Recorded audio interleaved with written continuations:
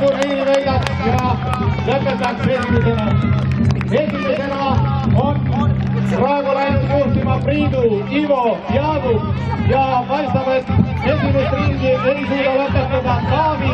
Taavi on välja langenud, teised võistlejad on veel konkurentsis ja Jaagup hobusel etapp on läinud juhtima ja Mihkel on välja langenud.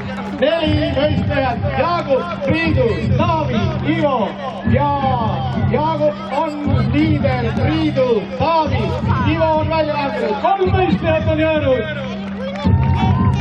Rüütel Jaagup, esimene Priidu, teine praegu Taavet kolmas ja Rüütel Jaagup on juhtimas. Rüütel Taavet on välja langenud. Mu daamid ja härrad, finišeerib Kuressaare Riiti turniiri võitja Rüütel Jaagup ja teine Rüütel Priidu.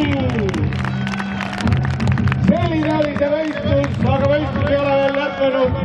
Võistlus lõpeb autasustamisega ja autasustamine toimub koheselt. Lossihärra paneb ennast valmis, tuleb alla oma loosist koos linnahärraga ja maahärraga ja kohe sekundi pärast ka võistluste pidulik autasustamine.